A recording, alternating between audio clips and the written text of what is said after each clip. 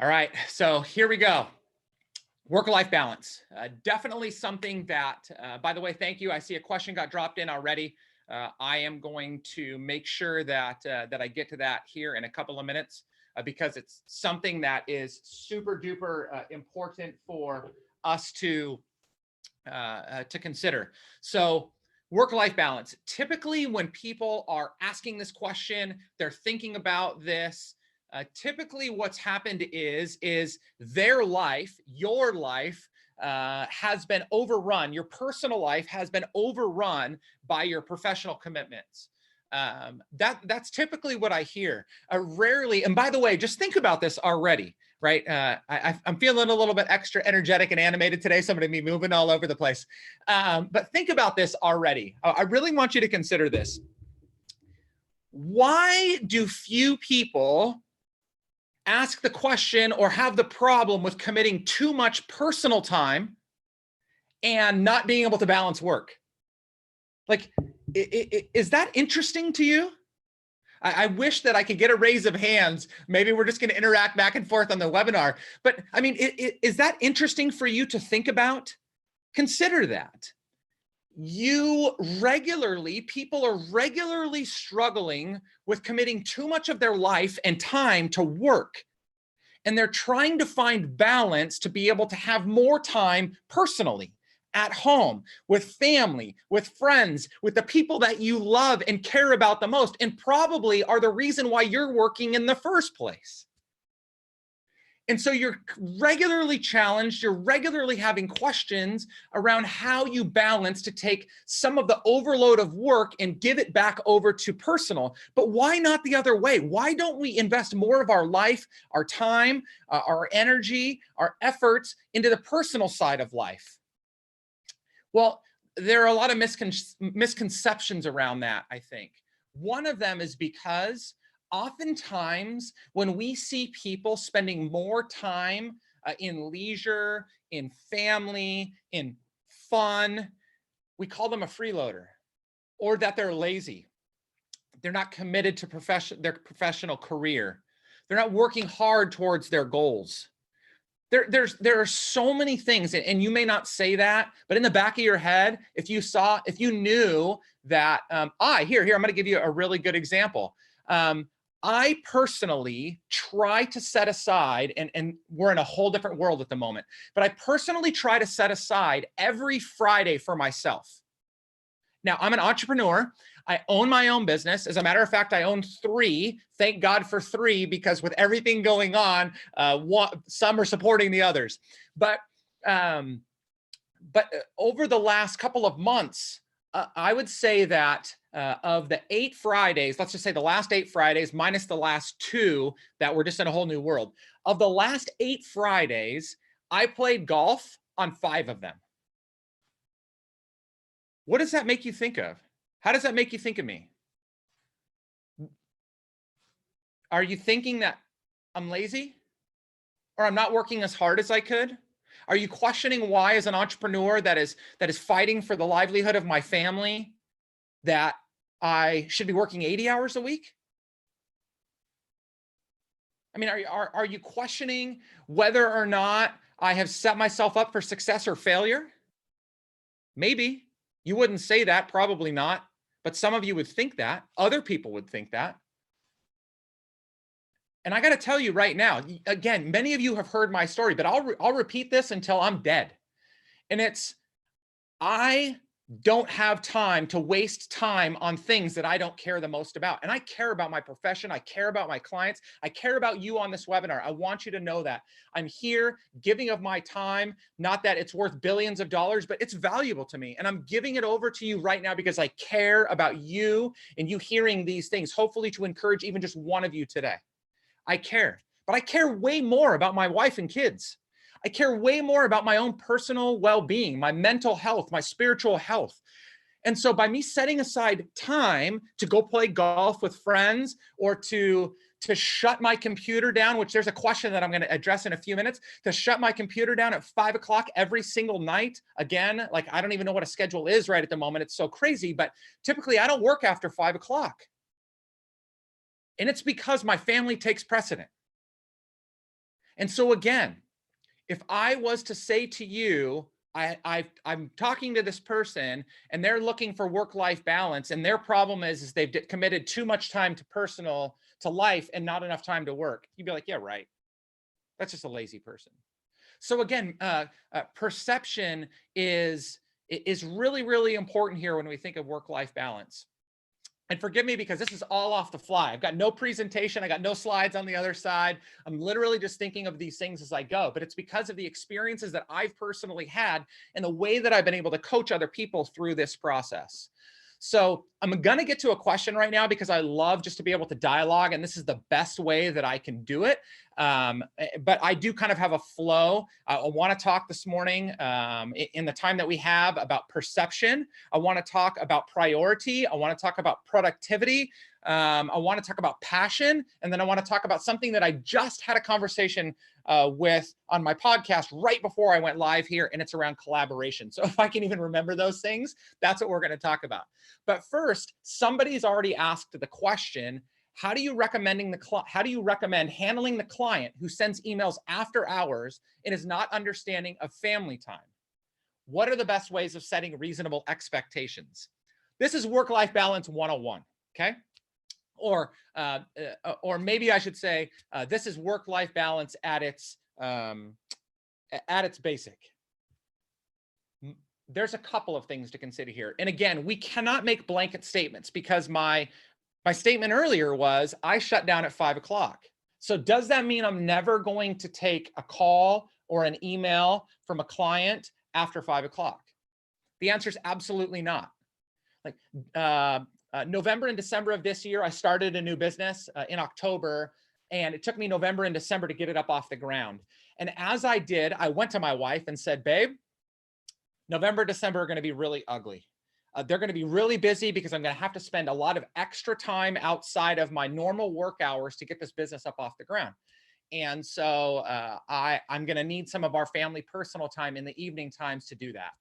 We agreed to that. There were times when I was still pushing too hard, and so she would push back on me. So I don't have a hard and fast rule, but I do have a rule. So what about for our clients? Well, there are a couple of things that come into play here, and I think this is really important for us, is we need to set expectations. This is probably a topic of a whole nother conversation, but it is extremely important that we set proper expectations. Now, if you work for a company and you don't ultimately determine the expectations that are set for the client, this is going to be a little bit more challenging, but you have to be willing to be in this for the long haul. So if you don't want to be the person taking emails and calls after hours, then you need to, number one, you need to go to leadership and you need to ask them the question, is this an expectation that we should be setting in our organization? You can do that respectfully, tactfully, and gracefully, but you should ask that question.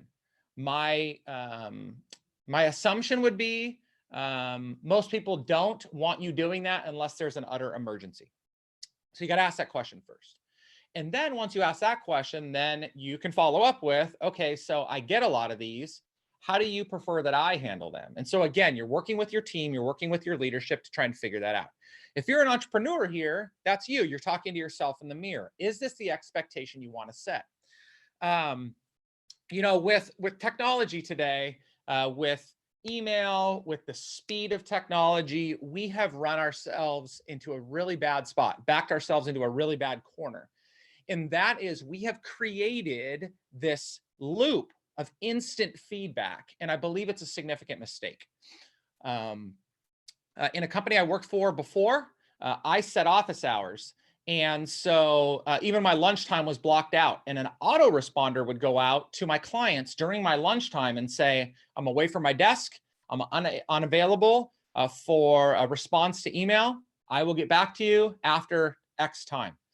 So that can be a basic way you can do it too. But again, you need to work within the confines of the expectations of the organization you work for and your team around you, because you don't want to screw somebody else over. Another thing that you can do, and this is on that like instantaneous loop that we're in, is you need to set better expectations with your clients.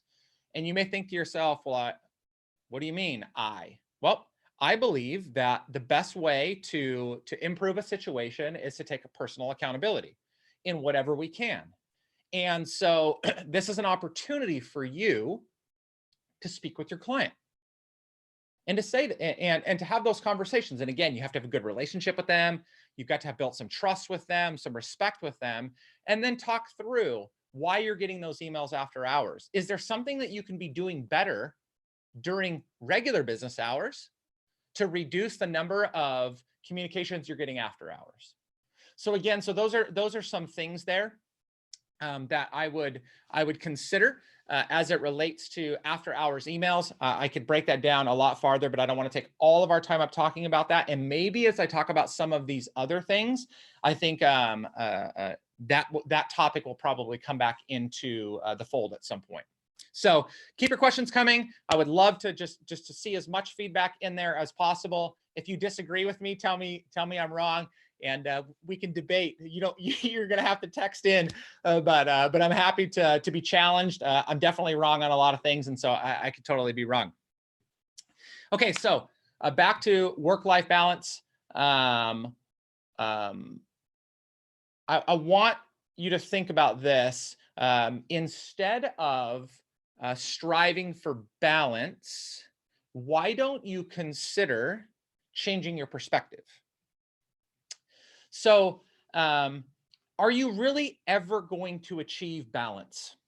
Like, to me, balance would be 50-50. Again, I just had somebody, we were talking about this in a different context, but she said to me, she goes, balance is like being on a seesaw. You under 40-year-olds, I don't know if you even know what a seesaw is, but it's this thing that somebody sits on one side, somebody sits on the other side, whoever weighs more, it tilts in one direction. You got to like push your legs up to get it to go the other way. But achieving perfect balance on a seesaw is damn near impossible, unless you weigh the exact same, or you move yourself forward and backward on the seesaw. Again, not a physics conversation, but balance is not necessarily the end game. It's not. It shouldn't be the desired outcome. We're not looking for balance. So what should we be striving for instead? Well, I say, let's change our perspective.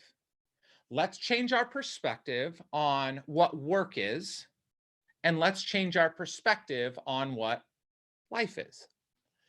So, interestingly enough, work fits into our life. There's no such thing as life outside of life. All of your life, it includes your work, your family, your friendships, your athletic activities, your spiritual endeavors. It's all part of life. And so those things don't even those aren't even two different things. Work fits into life. And so how do you maybe balance work at life, inside of life, is what people ask.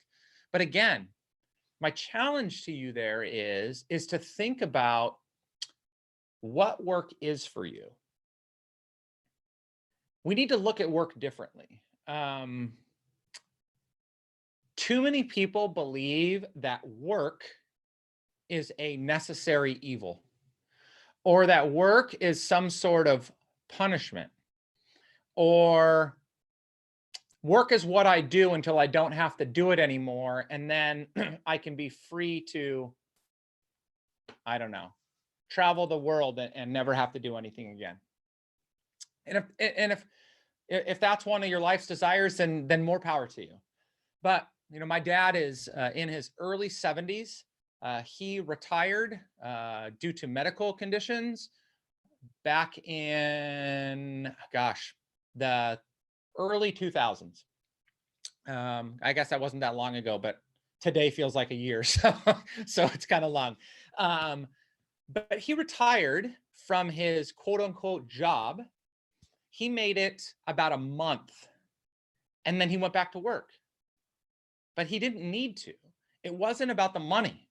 It was about his desire to create and to work with his hands and to use his mind and to interact with other people. And so my dad's role in work changed, but work didn't change. And so again, that's perspective. And so my encouragement to you there is to start thinking about why you really work. What is it that you work for? I mean, most of us work to provide for ourselves, for our families, maybe for our friends. I mean, you have to understand right now is a great example, and it's hard to just not talk about the season of life that we're in, where people are dying, people are extremely sick, people are unable to work, people have lost their work. And so what do the rest of us do that work right now?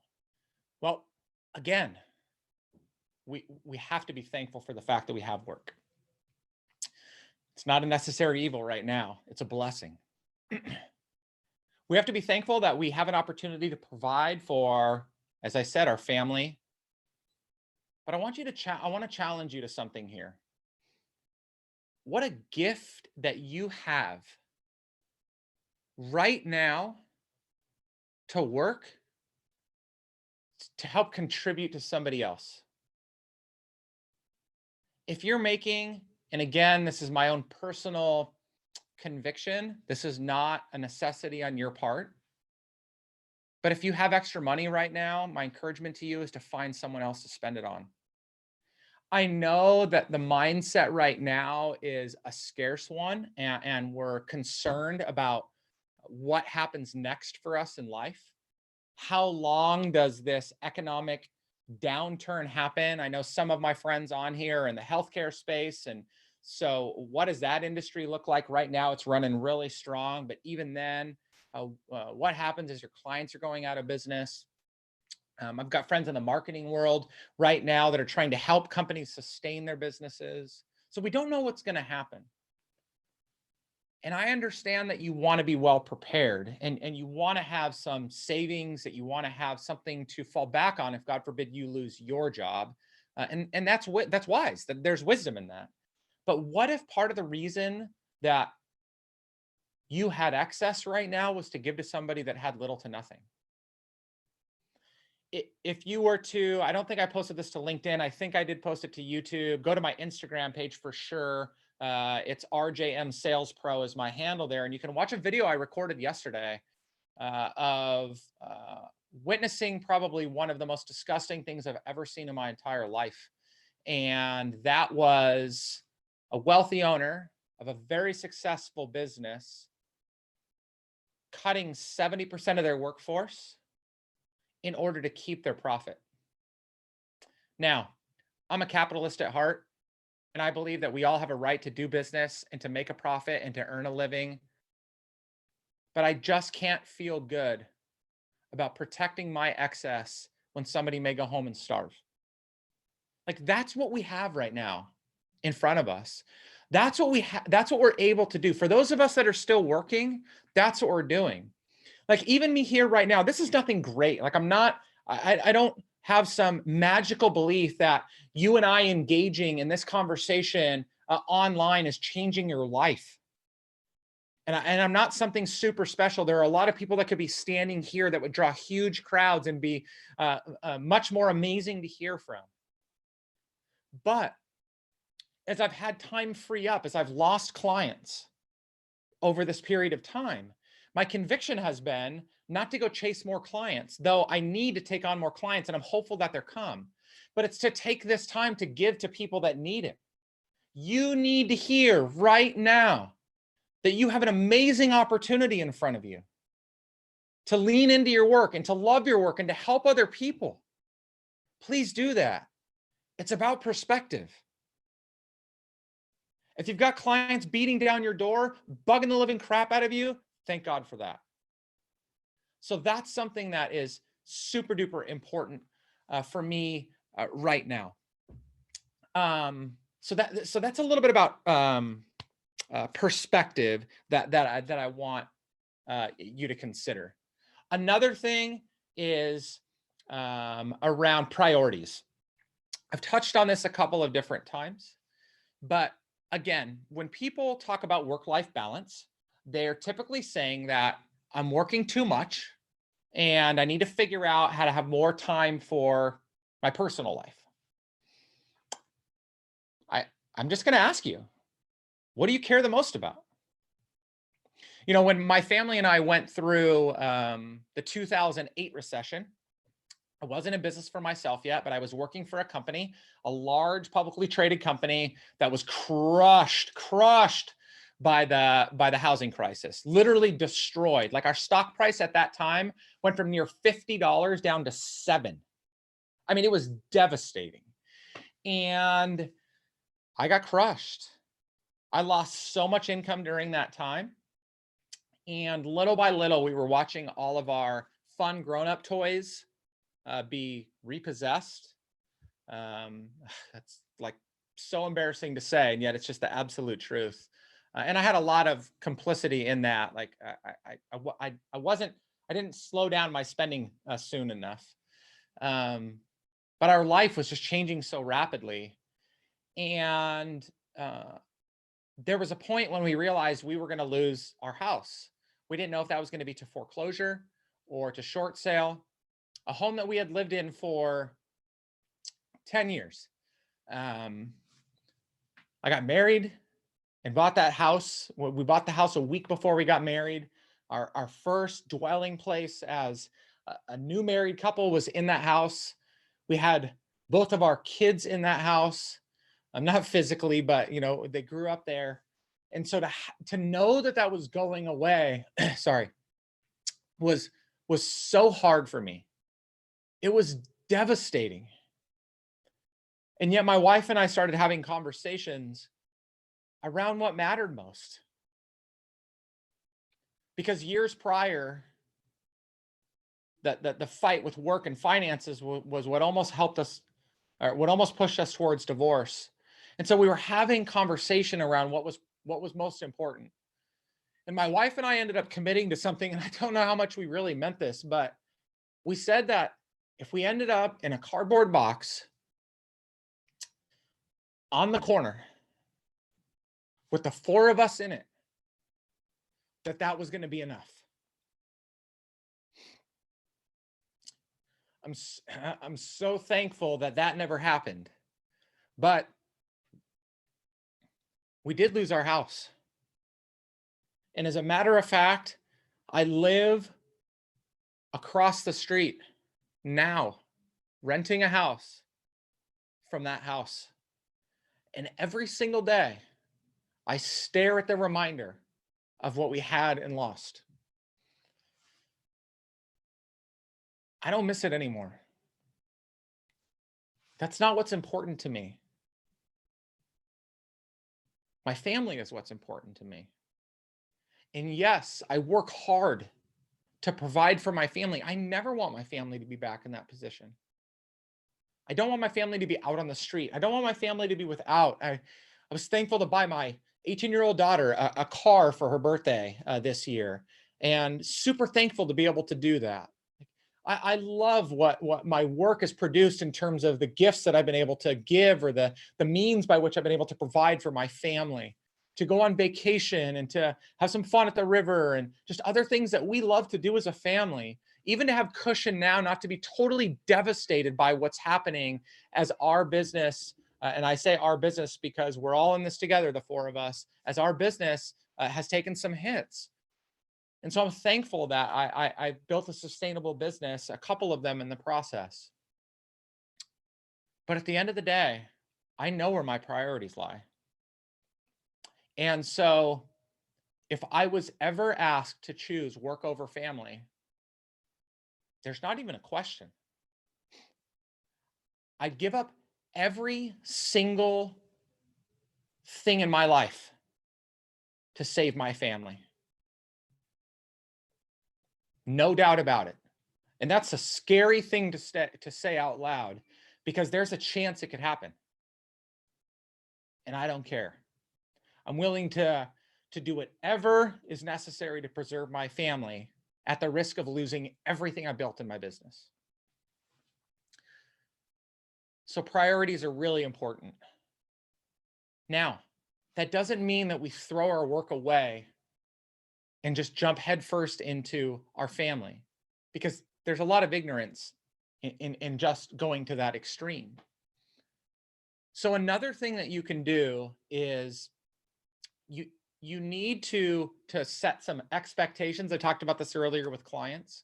You need to set some expectations with your personal life, whether that's with a significant other, with your kids, with parents, friends.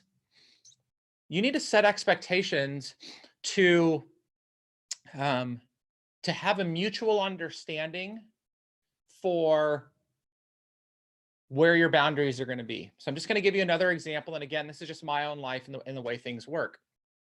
Years and years previous to 2008, I was working 12, 14, even some 16-hour days. I was pretty successful at that time in my life. I was in my early 20s, I think then. Gosh, that was a long time ago. Late 20s, actually. And I was working so hard. And I was working so hard in the name of providing for my family. But for a lot of different reasons, I missed the majority of my oldest daughter's first 7 years of her life. And I can't get that back. And I don't know why, but for some reason, she's turned out okay. Maybe because I wasn't there during that time. I mean, I was there, but just not as much as I could have been. And all that money burned. And so when I started my business in 2011, my wife and I came to an agreement that we would always agree on what was enough and what was too much.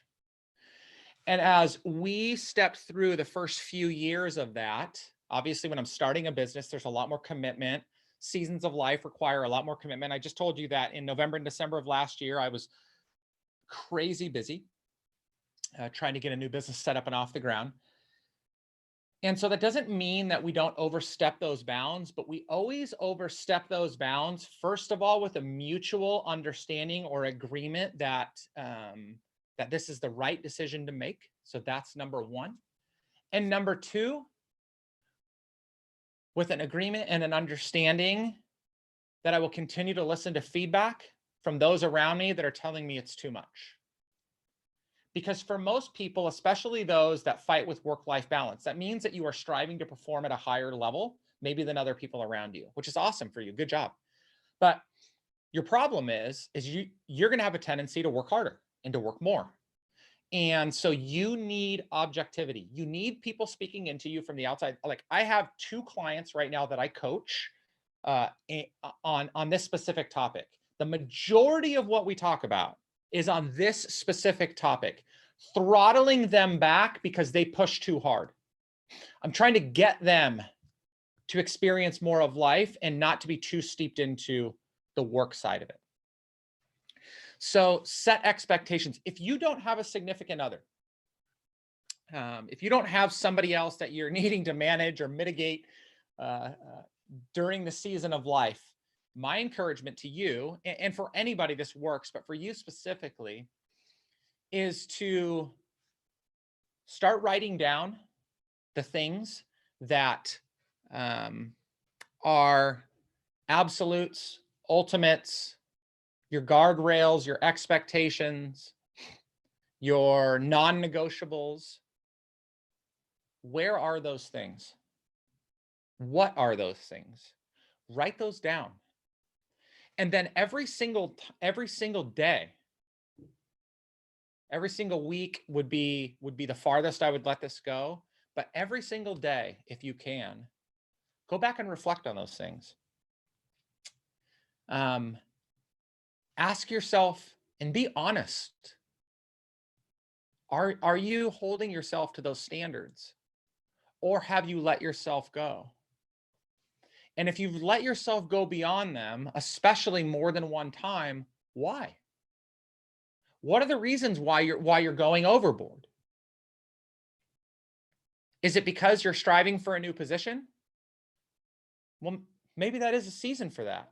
But let me tell you something. A new position isn't going to fix all the rest of your life that's all out of whack. Are you working really hard right now because you need to make a little bit more money? Good, do that. But let me tell you, mo money, mo problems. I forget who said that, but it was a really good rapper. I'm too cloudy right now. That's not going to solve your problem. As a matter of fact, sometimes it will present you with a whole other set of problems. I'm not saying don't strive for those things. Positional leadership, growth, career, money, investment in the future. Do those things. Absolutely do those things. I'm doing them. I'm working hard at them. But if you find yourself constantly making the excuse to overlook your personal well-being, your friends, your family, and other things as well, you have a problem. And your problem will never be solved by any achievement. And I will go down on record as a black and white statement there. If you have personal challenges right now, even if you have personal financial challenges right now, money will not ultimately solve that problem. And so you have to gain a better understanding about your priorities, what's most important to you, and then start to work through. I talked about this a lot last week, but you have to work a lot through self-awareness. That is so key. That is so critical. I'm going to take a quick drink. Questions, thoughts, comments, drop them in. We're about 10 minutes or so from being done. I still have to work through passion and then this idea of collaboration or everything working together.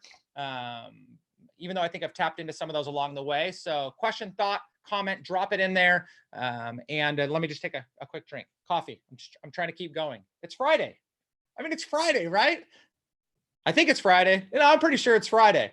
Let's be excited about that.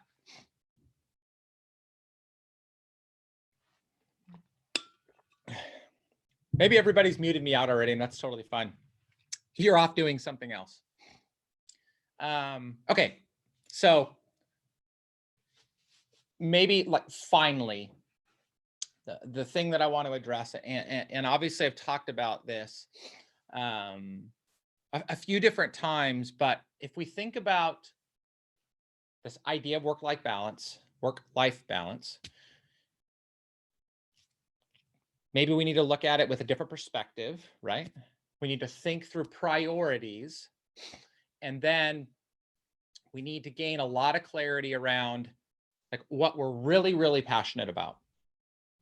What is it that we're really striving for? And again, you probably, if you were here last week, you heard me say this, or if you watched the last webinar, by the way, they'll go up on YouTube. You'll hear this, but you need to, gosh, it makes it sound terrible when I say you need to, but you do. You need to get clear about what you really care about. What are you really striving for? What really gets you out of bed every single day? Because here's something else. If you are, oh, for me, I'll use me as an example. I told you I love my family. I love my friends. God, I'm missing my friends. Do you miss seeing your friends right now? I mean, like, right? Like, it's so hard. Before, I didn't always want to see them. Now, all I want to do is see them. You know, all of that stuff's important to me. But one of the things that I am so passionate about is helping other people get to where they want to go. Like, I am on fire passionate about helping other people get to where they want to go. One of my mantras is relentless in the pursuit of other people's success. Success can be defined in a million different ways. I don't care what success how success is defined. I want to know what success means to them, and I want to help them get there. So because I'm so passionate about that, and I am willing to break other rules in order to help people. I took a call at like 10 o'clock a few nights ago with a woman from India that was really struggling as she was watching her business crumble to the ground. I'd never met her before. Oh, I guess she said we did meet once when she was in the States back in like 2012 or something. But she was struggling and she wanted to know what to do next. And she just wanted somebody objective to talk from the outside. Well, 10 o'clock, I mean, I go to bed at 9:30 most nights because I try to get up at 5 o'clock. Now, I can't get up. I can, but I don't really need to get up at 5 o'clock now because I can't go to the gym. I'm working out at home. I can't be dropping weight from overhead in my garage. It'll freak out my whole house. So my routine has changed. But still, that's past my bedtime, typically 10 o'clock. But we've been staying up a little bit later. Our time zones are way different from India. I don't even know what the heck time it is there right now. But I just felt really, really passionate about helping other people during this time. I feel really passionate about helping other people during this time. And so I sacrificed. Sitting on the couch with my family, enjoying some chit chat time. My kids are like up to all hours right now. I sacrificed that. I sacrificed going to bed because I wanted to help them or her. I wanted to be there to provide some bit of encouragement, some bit of support. I'm going through another, I have to be really careful about how I speak about some of these things, but I'm going through another situation right now where I just had a client cut all my fees to zero. But I've been working with this team inside the organization for the last, for quite a while, a couple of years. And I made the personal decision to continue to show up for them. Because right now they need me more than ever. The ownership doesn't. They do, but they don't recognize it. But the people do. And so my passion to help other people means that I'm going to show up in their office next week as if I was getting paid. And I'm going to bust my ass to make sure that I do the best job possible. Because I'm passionate about that. I care about that. And so if I have to go over and above to break a rule, which is I typically try not to give away too much free time because it gets really, really costly when I'm trying to make money for my family, who I really love and care about, I'm going to do that. But at the same time, I'm never going to sacrifice other things that I love, at least not in the long term. So if I was overlooking opportunities to provide financially for my family because I just felt good about helping a whole bunch of other people, well, that's stupid. It's not wise. It's so interesting because somebody just dropped in a recommendation around the book, The Go-Giver. You've probably heard me talk about this before. As a matter of fact, I've seen a couple of you that are on here. I know you guys have read it. And so thank you, Jennifer, for bringing it up. But I had Bob Burg, the author of The Go-Giver, on my podcast a couple of weeks ago. And I think it just went live last week. I don't know what week it is, but recently. You can go back and listen to it. It was really cool because one of the things that I wanted to talk to him about was, so one of his 5 laws of success is giving value without asking anything in return. But not really. You see, we walk this fine line of we want to give value. I want to give value. I absolutely do. But I'm not doing it blindly. I'm also not doing it deceitfully. Like, I will help anybody right now. Anybody that calls me, that reaches out to me, that schedules time on my calendar, I will help them, no questions asked. I'm not going to sell them anything. I'm not going to put them on a list. That would have been a smart idea, but I'm not doing any of that. I'm just here to help. But I know, I am confident that by providing value during a time like this, this is what is going to help to support my family into the future. Because I'm passionate about helping my family. supporting my family, sending my kids off to college if that's where they want to go, making sure that my wife one day again, or hopefully helping my wife one day again to have her own home in one of the most ridiculously overpriced counties and even cities that we live in all of America. It's nonsense. But whatever, that's what's really important to her, is a home to call her own, a pool in the backyard. And so I got to work really hard and I need to earn money. So I can't just give everything away for free forever and hope that it just manifests itself. But if I continue to be passionate about giving value, then I can give over to the other people that I'm passionate about too. And so again, it's gaining clarity about what gets me out of bed. What do I get excited about?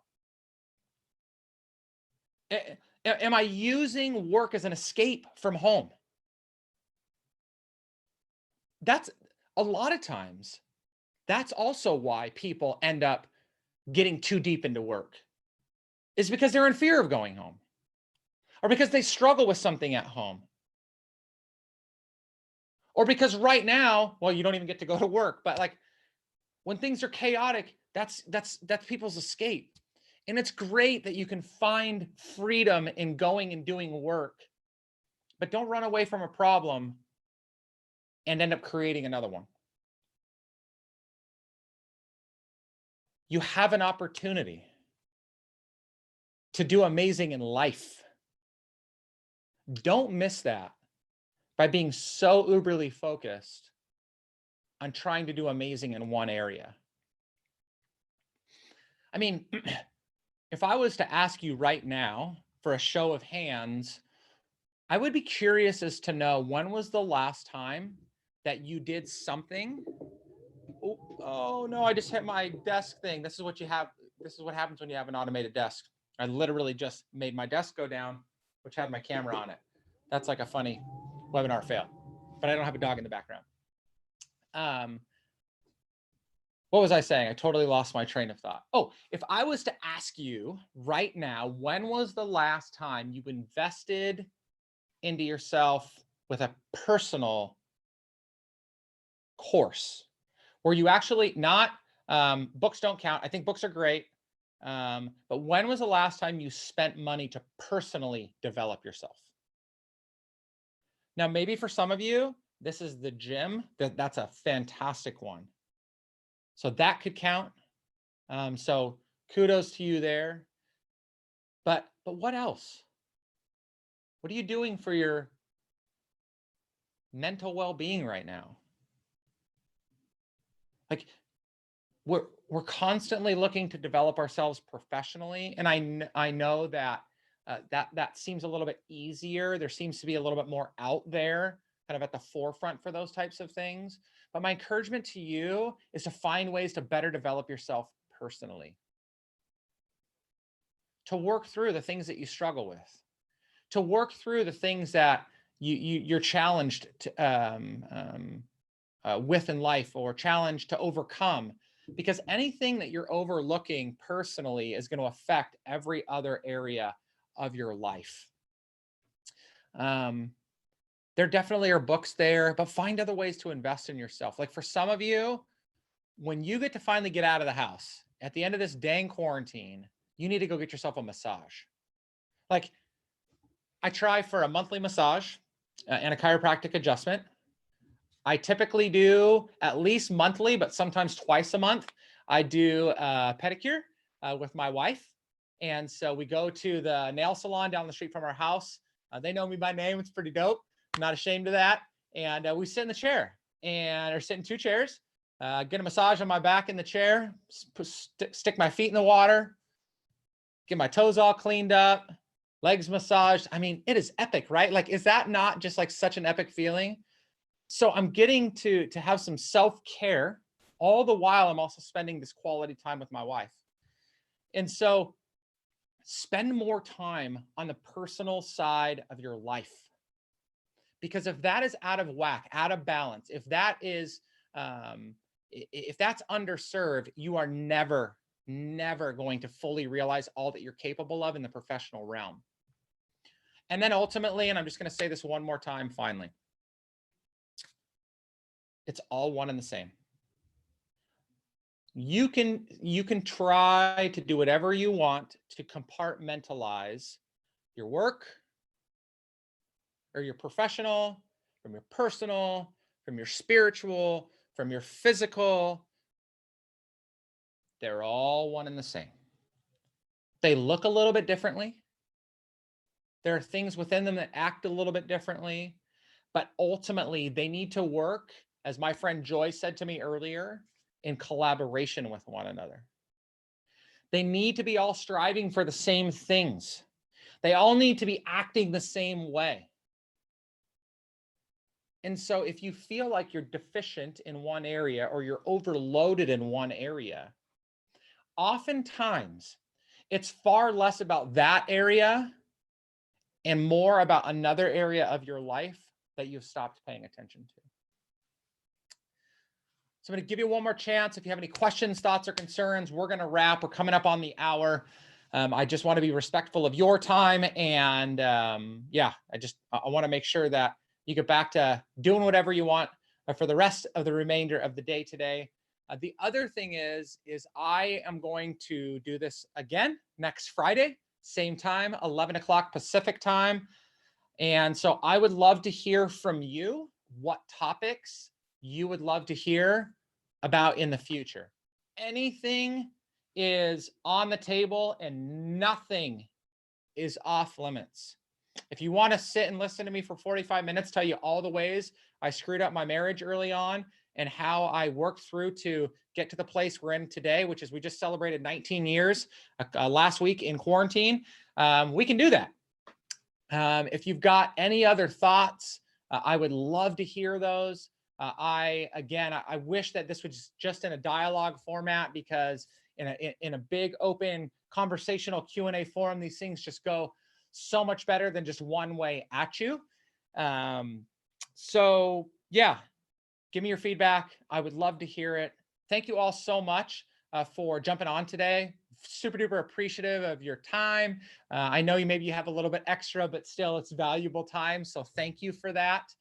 I really appreciate you. Thank you. Thank you. Thank you. Take care. Happy Friday. Yeah, have a good one. Go do something good for somebody else today. If nothing else, it's really going to help somebody else. So thank you guys.